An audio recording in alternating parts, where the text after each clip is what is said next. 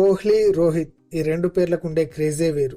అది on field అయినా of field అయినా, అంతర్జాతీయ క్రికెట్ అయినా లీగ్ క్రికెట్ అయినా క్రీజుల్లోకి వచ్చారంటే స్టేడియం దద్దరిల్లాల్సిందే. అయితే ఐపీఎల్ 2025 మరో వారం రోజుల్లో ప్రారంభం కానుంది.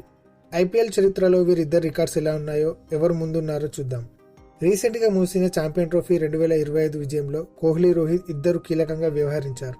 ఒకరు లీగ్ నాకౌట్ స్టేజ్ లో రాణిస్తే మరొకరు ఫైనల్లో అద్భుతంగా ఆడారు. ఇప్పటి వరకు ఒకే జట్టు కోసం పోరాటం చేసిన వీరిద్దరు ఇప్పుడు ఐపీఎల్ 2025లో వేరువేరుగా తమ జట్ల కోసం ఆడనున్నారు. కోహ్లీని ఆర్సీబీ 21 కోట్లకు రీటైన్ చేసుకుంది. గత 17 ఏళ్లుగా విరాట్ టాప్ పర్ఫార్మర్ గా కొనసాగుతూనే ఉన్నాడు. అది కూడా ఒకే జట్టు తరపున ఆడుతున్నాడు. ఇప్పటి వరకు ఆరెంజ్ క్యాప్ ను 2 సార్లు గెలుచుకున్నాడు. మరోవైపు రోహిత్ ను ముంబై 16.30 కోట్లకు రీటైన్ చేసుకుంది. ఆర్సీబీకి కోహ్లీ ఎలానో ముంబైకి రోహిత్ అలానే. వీరిద్దరి వల్లే తమ జట్లకు ఫుల్ క్రేజ్ వచ్చింది. కోహ్లీ ఇప్పటి వరకు ఐపీఎల్లో 252 మ్యాచ్లు ఆడగా రోహిత్ 257 మ్యాచ్లు ఆడాడు. కోహ్లీ 252 మ్యాచ్లు ఆడి 244 ఇన్నింగ్స్ లో 8004 పరుగులు చేశాడు. రోహిత్ శర్మ 252 మ్యాచ్ల్లో 247 ఇన్నింగ్స్ ఆడి 6522 రన్స్ సాధించాడు. అంటే రోహిత్ కన్నా కోహ్లీనే ఎక్కువ పరుగులు చేశాడు. Average and strike rate.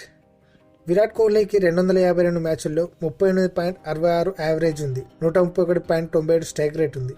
అదే రోహిత్ శర్మకు 252 మ్యాచ్ల్లో 30.61 యావరేజ్తో పాటు 131.22 స్ట్రైక్ రేట్ ఉంది. అంటే స్ట్రైక్ రేట్ విషయంలో కోహ్లీ, రోహిత్ దగ్గరగానే ఉన్నారు. ఎక్కువ శతకాలు ఎవరివంటే 252 మ్యాచ్ల్లో కోహ్లీ 55 అర్ధశతకాలు, 8 సెంచరీలు చేశాడు.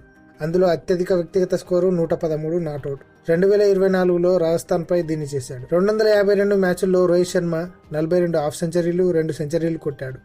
అందులో అత్యధిక వ్యక్తిగత స్కోరు 109. దీన్ని కోల్కతా నైట్ రైడర్స్ పై సాధించాడు. అంటే ఈ లెక్కన రోహిత్ కన్నా కోహ్లీనే ఎక్కువ శతకాలు, అర్ధశతకాలు సాధించాడు. మొత్తంగా అన్నింటిలోనూ రోహిత్ కన్నా కోహ్లీనే ఎక్కువగా ఉన్నాడు. కాకపోతే కెప్టెన్ గా మాత్రం రోహిత్ 5 సార్లు జట్టుకు ట్రోఫీని అందించాడు. 2009లోనూ డెక్కన్ చార్జర్స్ విజయంలో భాగమయ్యాడు.